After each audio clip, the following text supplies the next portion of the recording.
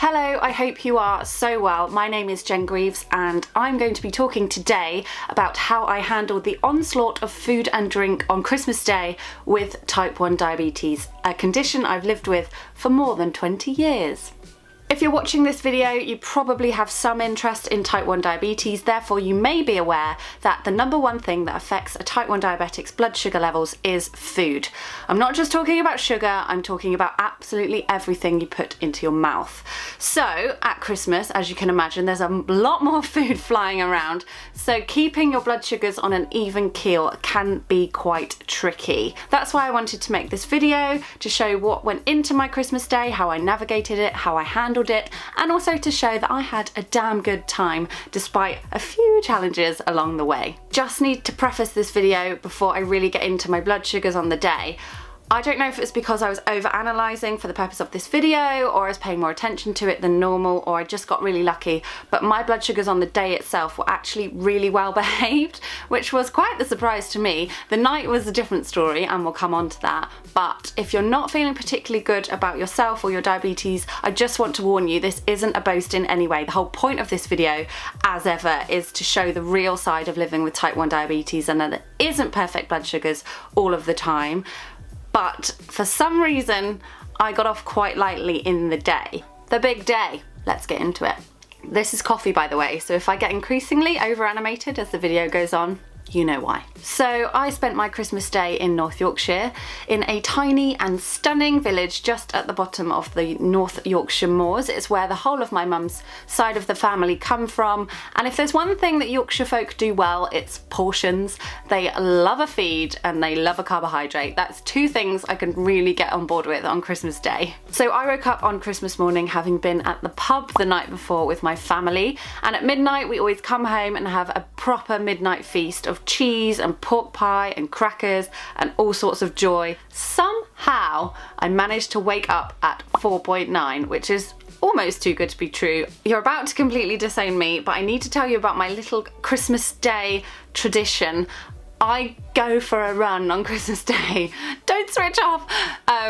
It's not because I'm some sort of exercise fiend. This actually stemmed from about 4 years ago when I just switched from insulin injections to an insulin pump, and my blood sugars were all over the place. My body was still getting used to the pump and I hadn't quite figured it out yet. And the thought of eating the Christmas dinner was absolutely terrifying because my bloods were running so high. So kind of out of sheer desperation, I went for a run, and I just loved it so much. It gives me a little bit of a head start when it comes to the Christmas dinner and the onslaught and getting my metabolism going ahead of eating all that food that day. The area itself is beautiful, as I mentioned, and it gives you a little bit of quiet time and a little bit of headspace in what's quite a hectic period full of lots of people. So I take myself out to one of my favourite spots in the whole world. I don't go very far, I don't go very fast, I have a little quiet moment of reflection, say a little prayer to the universe. I'm a hippie, it's fine, and it's a really, really cool thing. So this was my 4th annual Christmas run. I had a couple of Jello babies before I went out on my run because my blood sugars were a little on the low side and I didn't want to have a hypo while I was out and about. And yeah, I just headed off on my way for about half an hour, and look at that excited goon right there. What an idiot. Back from my run, and as you can see, my blood sugars had crept up a little bit. This epitomises exercise in the morning for me. Some days if I exercise before work, my blood sugars will go up, and some days they will go down. It's a mystery. Evening exercise is much more predictable for me, but I like to exercise in the morning to get it out of the way. So here we are. I went up to 7.9. Thankfully that was absolutely fine. I was totally happy with that. At around 11 o'clock in the morning we have a little cheers and a few snacks just to keep us going because dinner is quite a few hours away at this point. So I bolused, I think, for about 20 grams of carbs, which felt about right, and said Merry Christmas to all my family. At this point, because what else do you do on Christmas Day in a North Yorkshire village, we went to the pub. It seemed like the natural thing to do. I think my auntie just likes to have a bit of a break from the kitchen, which is fair enough because cooking for 8 people is a slog. I drove to the pub because I thought I'd hold off on the booze for a little bit longer, so I was absolutely fine. I had a lime and soda. I didn't bolus for it because I only had one, and although cordial does contain syrup, yeah, I just thought I'd be okay. Then along came the main event. Pause for dramatic effect. Along came the dinner. This was about 3 p.m. So I did a blood test about 20 minutes before I knew the dinner was going to be ready, because I like to take my insulin a little bit before I start to eat. Unbelievably, my bloods had stayed completely stable. I was still at the 7 mark, which was a Christmas miracle. So I was quite happy with that. And then I started to think about the food I was going to eat. So high fat meals like roast dinners I really struggle with. Since I've moved onto an insulin pump, I've really noticed it delays the release of glucose into my bloodstream, and it's the fats in the meal that do this. Christmas dinners are full of fats, as I'm sure you're well aware, which is what makes them taste so great. But with that in mind, I decided to split my bolus, have half of it at that point and half of it an hour later. The thinking was, if I did the whole bolus in one go, I would go hypo soon after the meal, and then I would bounce up really high a few hours later. So that's what I was trying to avoid there. The bolus calculated here was for about 50 grams of carbs, I think, split in half with an hour's delay between the 2 doses. That was the plan. However, I took this photo, then I got distracted by pouring everyone drinks, never actually pressed the button to take the bolus. I didn't bolus for my Christmas dinner. So unbeknownst to me, I tucked into this massive situation with not one drop of insulin on board. 21 years, guys. 21 years I've had type 1 diabetes.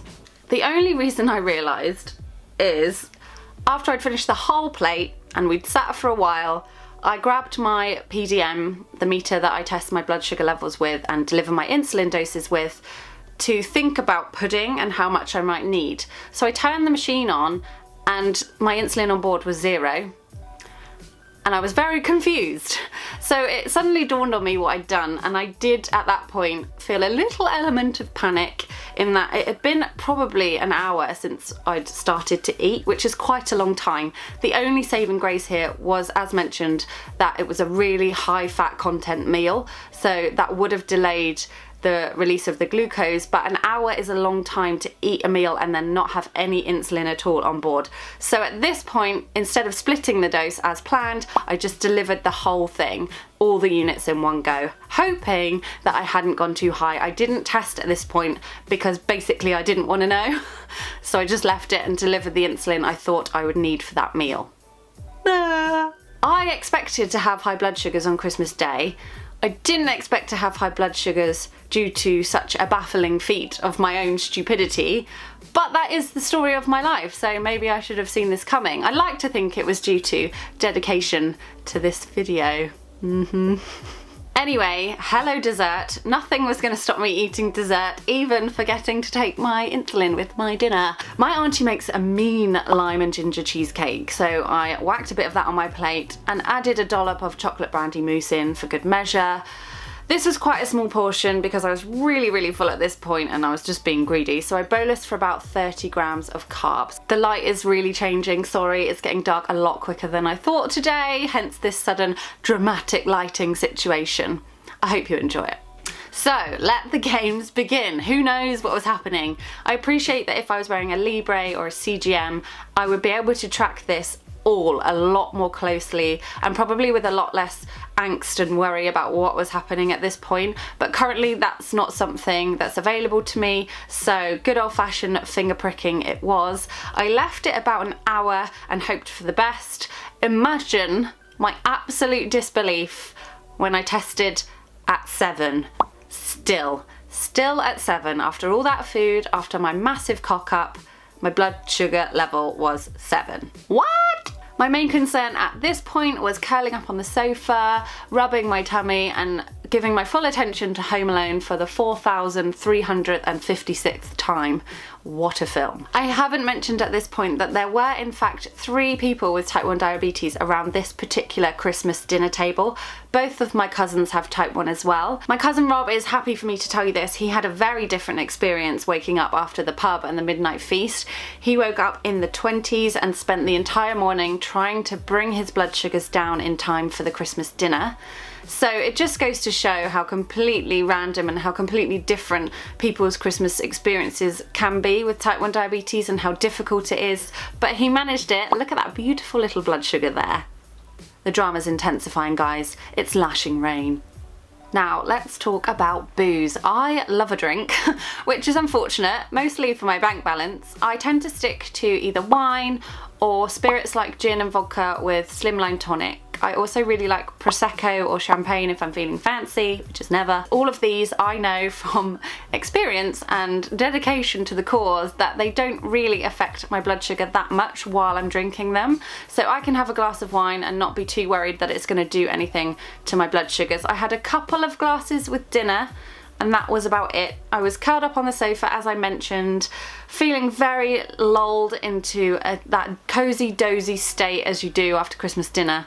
And then my cousins decided that we should play beer pong, that festive tradition, just what Jesus would have wanted. It was me and my cousin against my brother and my other cousin, and this game went off. We played round after round, I think 5 in total. My mum and my auntie came along and joined the teams. It went off. We loved it so much. There we were at midnight dancing around to Prince like absolute idiots. Let it be known that my aim got better the more I drank. That's probably a cause for concern, but we'll worry about that another time. Right here, you are looking at the winning team. Oh yes. I didn't do any blood tests during this time because I was too busy having a damn good time and I felt fine, so it was all cool. At about midnight, 12:30, we realised how hungry we'd become because all the excitement of the game, plus the fact that we hadn't eaten since about 3 o'clock. So we had another midnight snack and I did a blood test before bed after having a little bolus. There I was, congratulating myself on seamlessly handling Christmas Day with type 1 diabetes. Then I woke up 2 hours later with one of the worst hypos I've suffered in years. Okay, here we go. In my personal opinion, nighttime hypos are the absolute worst. If I get a hypo in the day, my blood sugars are dropping gradually. I tend to get symptoms, so I can test and treat the hypo before it gets too low, for the most part. At night time, you're obviously asleep, so you don't experience those symptoms yourself. Your body has to get low enough to physically wake you up, and to wake you up is a real effort. So by the time I wake up with a nighttime hypo, I am dripping in sweat. Add alcohol into the mix and I'm much deeper asleep in those first few hours. I was also in a bed that wasn't mine, in a house that wasn't mine. I was so confused. Luckily, I'd put some sweets out by the bed before I'd gone to sleep. I woke up having eaten the whole packet. I don't remember eating the packet. I don't know how many sweets were in the packet. That is a lot of sweets to eat, but I was so low, I was so confused, I had no idea what was going on. This is quite a similar experience to one I described in a blog post a few years back when I experienced a really low blood sugar in the night. I will link it somewhere if you want a more detailed description of the feelings I was experiencing and just exactly how it feels to be that low. You can go and read that. I managed to wake my mum up in all the chaos and confusion. I think I was crashing around. She was sleeping next to me. She's a very light sleeper. So she put the light on and I realised I had my phone and my PDM in my hand because I tried to take a picture for the purposes of this video, which is absolutely ridiculous. I don't remember trying to do that, but this is the photo I got. Some of my finest work, that. Anyway, I decided to go downstairs and get some more stuff because I was still feeling so completely shaky. Orange juice, I know it works quickly, I know it works well, and I wasn't hungry, so that seemed the best choice at the time. I had a little bit of that and then I did do a blood test because I could feel myself starting to come back. The blood test was thus, which, considering I'd eaten a whole packet of sweets some 10-15 minutes earlier, gives you an indication of just how low I was by the time my body was able to wake me up. which is a little bit terrifying, and I don't want to scare anyone, but my body is very good at waking me up, and it was due to the amount of alcohol I drank, which does send me into a much deeper sleep in those first few hours. So just a combination of factors really. I lived to tell the tale, and it wasn't a particularly fun experience, but it was over very quickly. I was in a place where I'd planned for this eventuality. I'd put the sweets by my bed. There was a house full of food. I was okay. There we go. That was my Christmas Day 2017 with type 1 diabetes. Some smooth sailing, a particularly rocky landing, I'm not gonna lie, but you know what? That's the whole purpose of this video. I'm not perfect, my blood sugars weren't perfect, even when I thought I was doing it just right.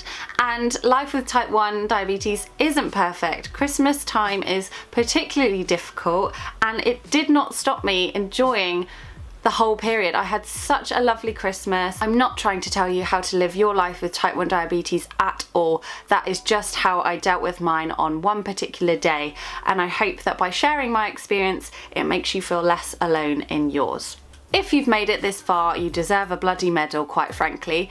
If you feel comfortable with it, do let me know in the comments below how your Christmas day went. It doesn't need to be exact details. Bear in mind other people will see it, but there is no judgment here, only positive vibes, real talk, and a massive dose of stupidity on my part, but keeps it entertaining, eh? I hope your 2018 is going well so far. Do give this video a thumbs up if you've enjoyed it, and let me know in the comments below if you've got any suggestions or thoughts for other videos like this, because I do quite like sitting down and having a natter, as you may have sussed. So let me know if there's something you really want me to talk about, and I will do it.